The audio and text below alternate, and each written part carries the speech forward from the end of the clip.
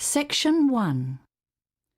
You will hear a conversation between a hotel receptionist and a woman who wants to make a reservation.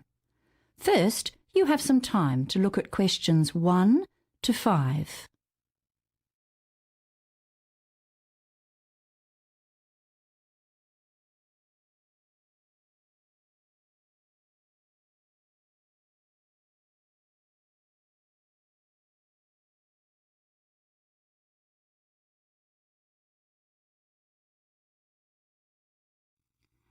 You will see that there is an example that has been done for you. On this occasion only, the conversation relating to this example will be played first. Good morning. Welcome to the Horizon Hotel. How may I help you? I've come in to make a reservation for a friend. And your friend's name is? Mackay, Sandra Mackay. That's M-A-C-K-A-Y. Thank you. The woman says her friend's name is Sandra Mackay, so Sandra Mackay has been written in the space. Now we shall begin. You should answer the questions as you listen, because you will not hear the recording a second time. Listen carefully and answer questions 1 to 5. Good morning. Welcome to the Horizon Hotel. How may I help you? I've come in to make a reservation for a friend. And your friend's name is? Mackay, Sandra Mackay. That's M-A-C-K-A-Y. Thank you. When is she arriving? She's flying in on the 15th, but she'll stay with me for the first night because we have an early start on the 16th. We're going for a quick trip to the coast, but we should be back on the 18th. So that's the 18th of this month? No, sorry, did I forget to say? It's next month, December. Well, that's getting pretty close to Christmas, but we may have something available. Right, we have 1 or 2 nice rooms left. But how long will she stay for? A week. So she'd be checking out on Christmas Day, the 25th. Is that a problem? Well, it depends. We don't have a room available for the whole week, but if she didn't mind changing rooms midway through her stay, we could work something out. Oh, I see. And if she wanted to extend her stay, that wouldn't be possible, I'm afraid. We're completely booked out from Christmas Day through to New Year. No, she won't want to extend, and I don't think she'd have a problem with changing rooms. Good. Well, I'll put her in room 502 to start with, and then she'll have to move to 805. No, just a minute. Let's make that 702, because that's available, and it's 2 floors directly above 502, so the room layout will be identical. How much will it cost per night? The basic room rate is $165. Is breakfast included? No, but a complimentary drink is served every evening at 5 o'clock. Oh, that could be quite nice. Shall we make the booking then? We will require a deposit equivalent to 1 night's stay. That's fine. I can pay the deposit. How would you like to do that? In cash or by credit card? Credit card, I suppose. Oh, wait a minute. I might have enough money in my purse. Yes, let's do it in cash. Hang on, I'll just make a note of that. Deposit paid, in cash. Before you hear the rest of the conversation, you have some time to look at questions 6 to 10.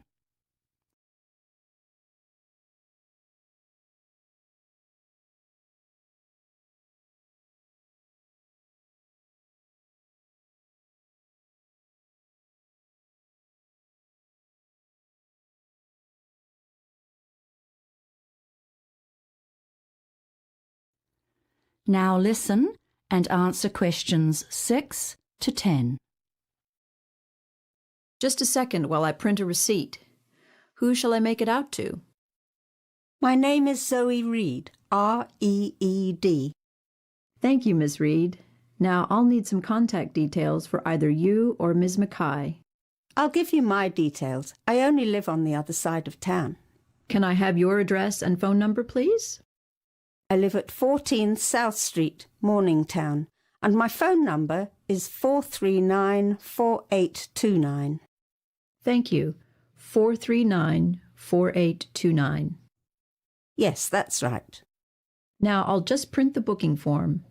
If you have any questions or need to make any changes, just quote the reservation number on the bottom of the form. That's it there. AQ459. Thanks very much. Oh, before I go, just a couple of questions. What time does the room get cleaned? I'm only asking because my friend usually has a short nap after lunch and she wouldn't like to be disturbed. Well, the maids are usually finished by 1 p.m. because we have a 2 o'clock check-in time, you see. They come on duty quite early in the morning, so they are sure to be finished in your friend's room by lunchtime. Yes, definitely. I'd say roughly 11 o'clock. Thanks. That's good to know. One more thing. Is the room service for meals?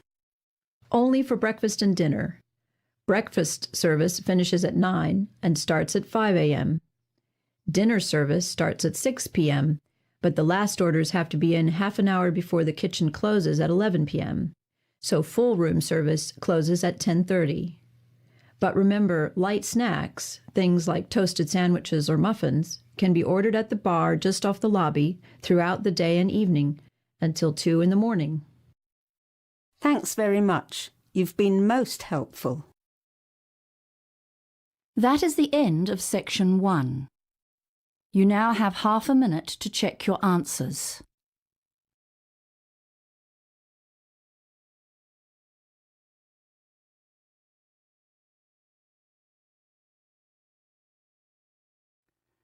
Now turn to section 2. Section 2. You will hear a radio announcer introducing what's on at the local arts centre. First, you have some time to look at questions 11 to 16.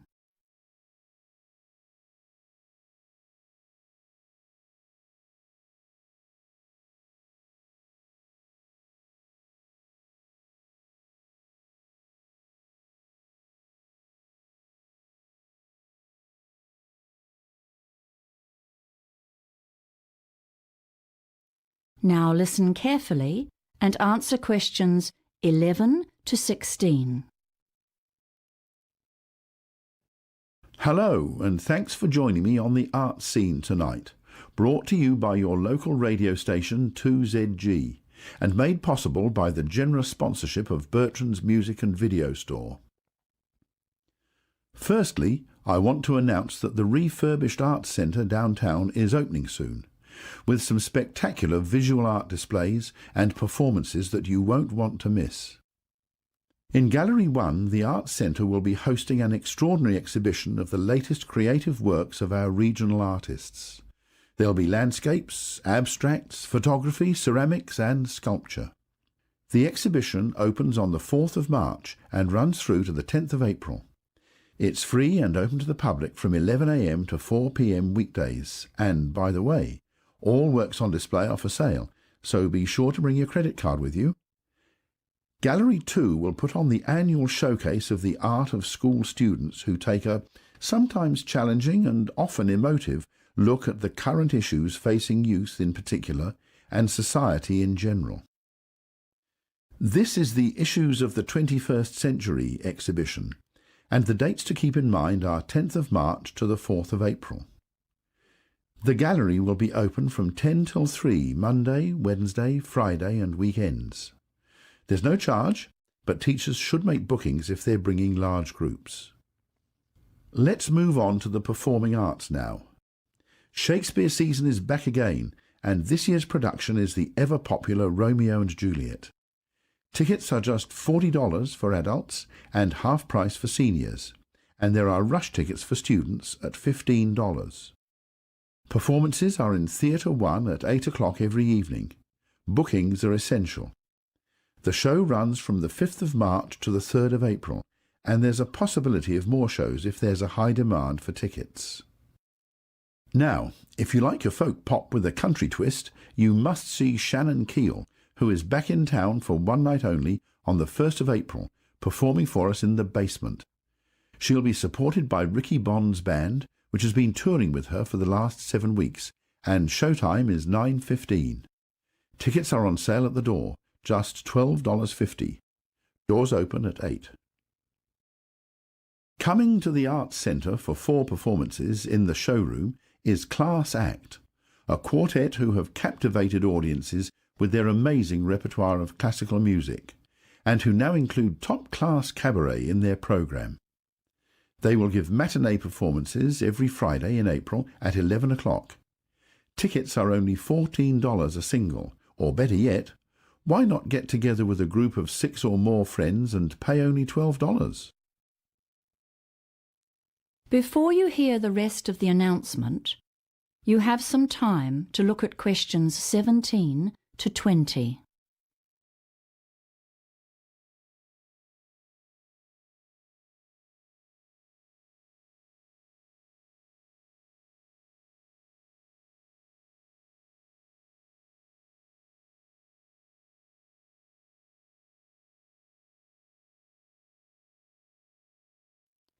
Now listen and answer questions 17 to 20. Now, here's some exciting news. I've just heard that Michael O'Brien is going to perform at the Arts Centre next year, but we haven't got any dates finalised as yet. As you know, Michael is Ireland's most popular easy listening entertainer, and he's returning from a tour of Canada and the United States, where he has enjoyed huge success, even in Nashville, the home of country music. That's a long way from his Irish roots. Michael is without doubt a singing superstar. He has had 15 top 10 music videos and is almost a permanent feature in the UK album charts, with 18 UK chart albums to date. But he is still as excited and enthusiastic about his work and his fans as he was when he first launched his career 20 years ago. Perhaps some of you are unaware that Michael's first years were ones of struggle. The family was very poor and his father was forced to go abroad to provide for his family. He worked on farms in Scotland and it was very hard manual labour, very different from the lifestyle Michael enjoys today. Unfortunately, his father died when Michael was only 5 years old, and the burden of raising 5 children fell on his mother. Although Michael followed in the footsteps of his sister by pursuing a singing career, she was his role model and inspiration, he has attributed much of his success in life to his mother's influence, and he has dedicated his most recent DVD release to her. You can pick up a copy of that DVD, Unwavering Devotion, at Bertrand's Music and Video Store. Well, that's all from me. It's been nice talking to you. Tune in at the same time next week. Until then, good night and take care. That is the end of section 2. You now have half a minute to check your answers.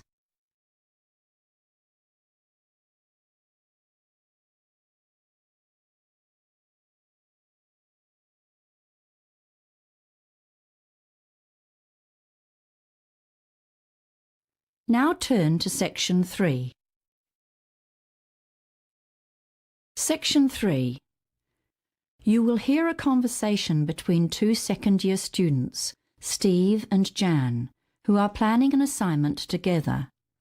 First, you have some time to look at questions 21 to 25.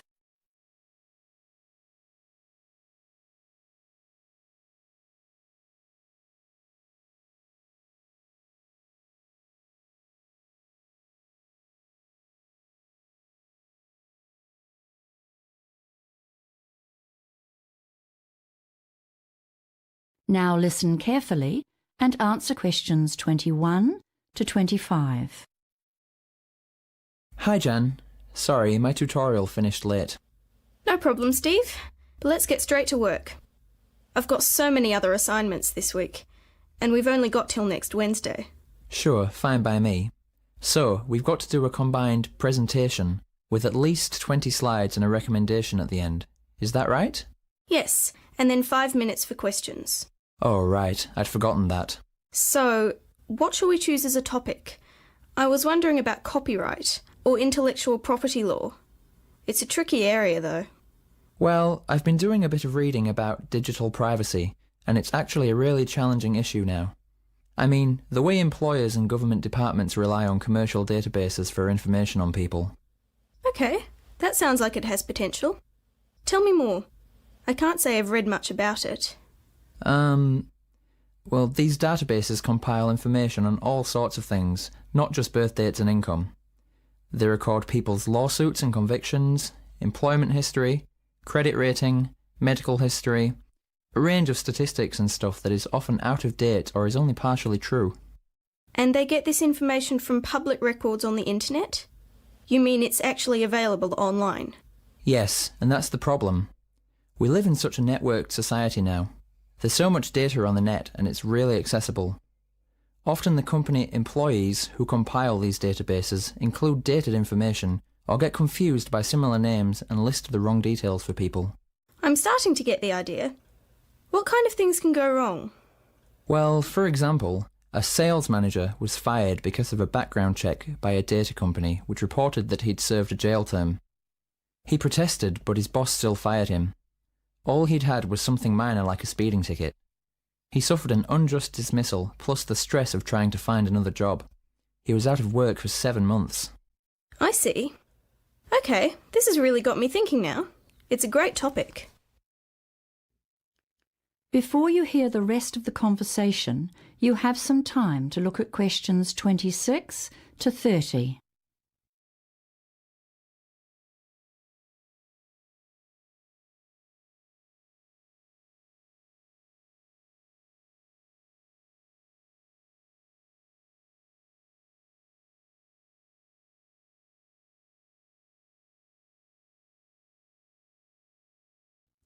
Now listen and answer questions 26 to 30. I'm thinking now about how the search engines apparently compile information on people based on their online search habits. You know, there's been a bit in the news lately. I guess that's pertinent. That's right, it's all part of the same issue. The search engines actually gather a huge amount of data about computer users, and some of it is definitely sold to other paying customers. The database companies sell lists to direct marketing companies, for example. That's their core business, so they're always trying to access more information in order to attract new clients and improve their profitability. What about social networking sites? How much of that information is truly private? Not a lot, it seems, and hackers can download sensitive information and misuse it as well. Also, every time you fill out an online form or survey to enter a prize draw, you're compromising your privacy. I never thought about that.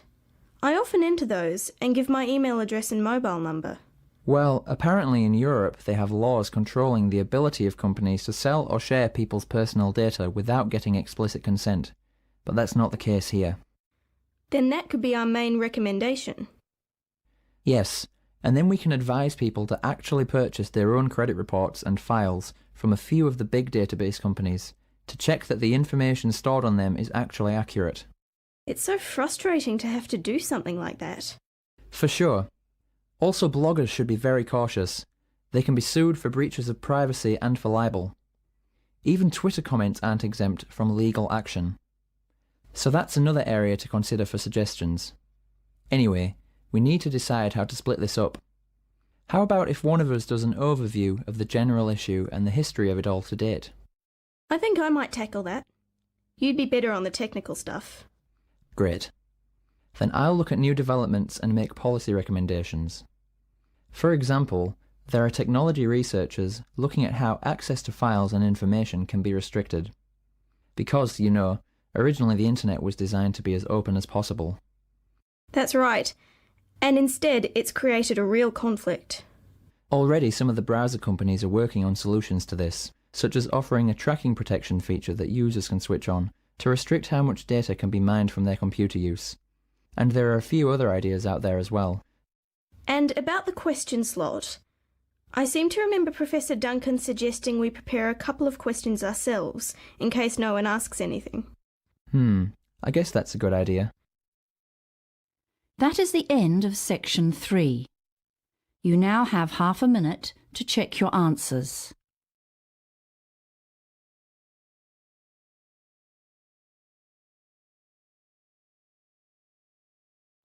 Now turn to Section 4. Section 4. You will hear a lecture on the Antarctic toothfish industry. First, you have some time to look at questions 31 to 40.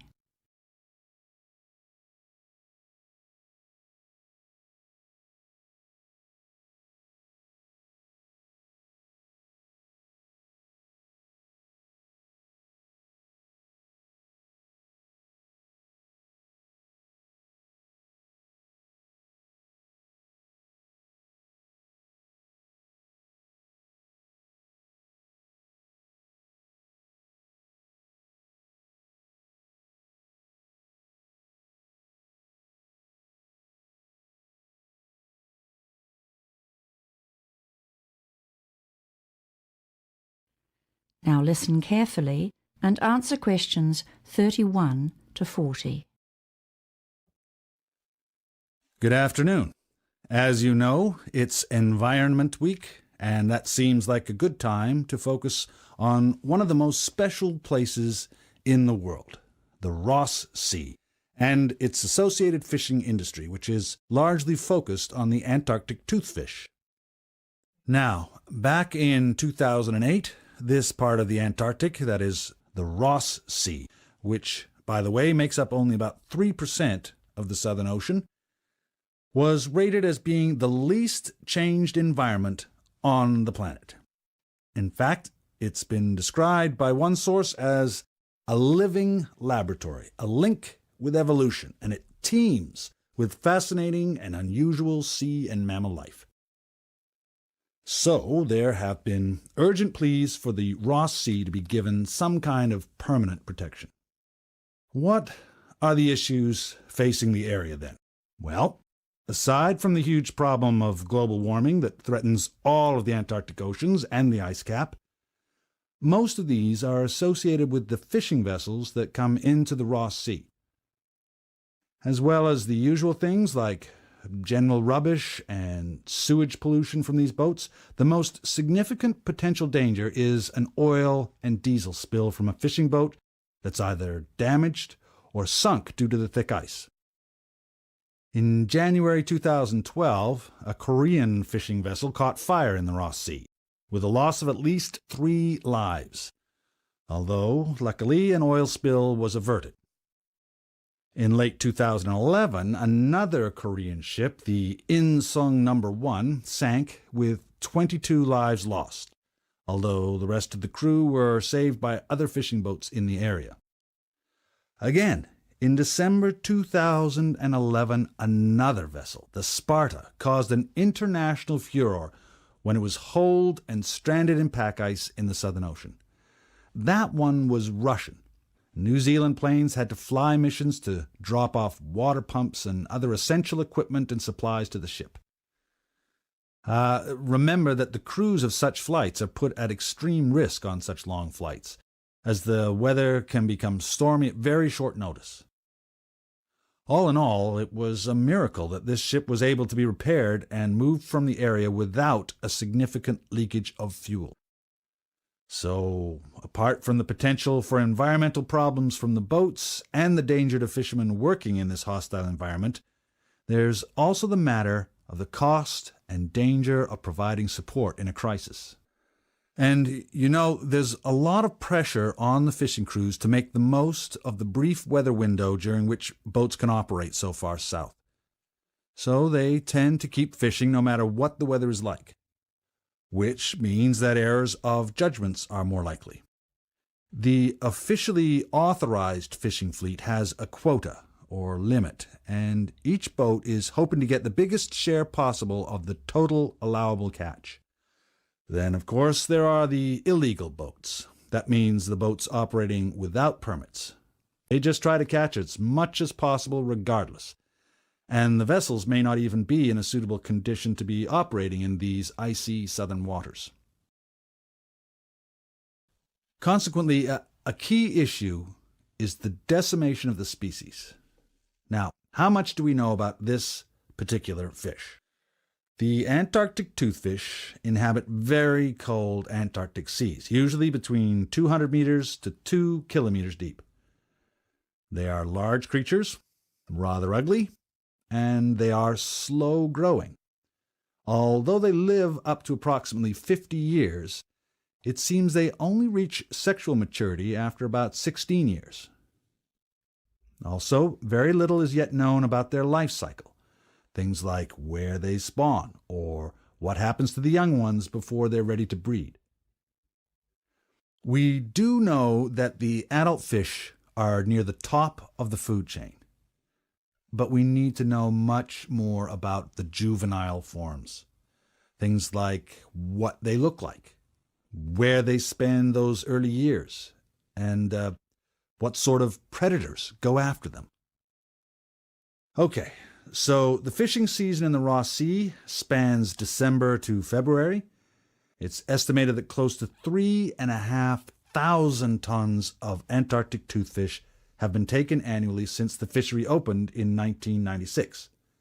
This represents approximately 100,000 fish per year. I must add, though, that in the last couple of years, overall catches have been reduced due to overfishing and the decline in total fish numbers. Now, there's no record, of course, of the numbers of fish caught by illegal fishing boats.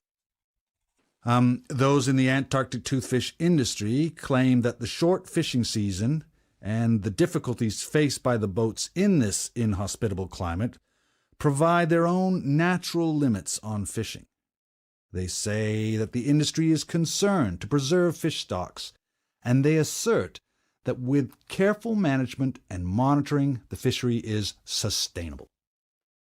However, others dispute that this is the case, especially given the distances involved and the difficulties faced in trying to manage and monitor fishing boats in such a remote location.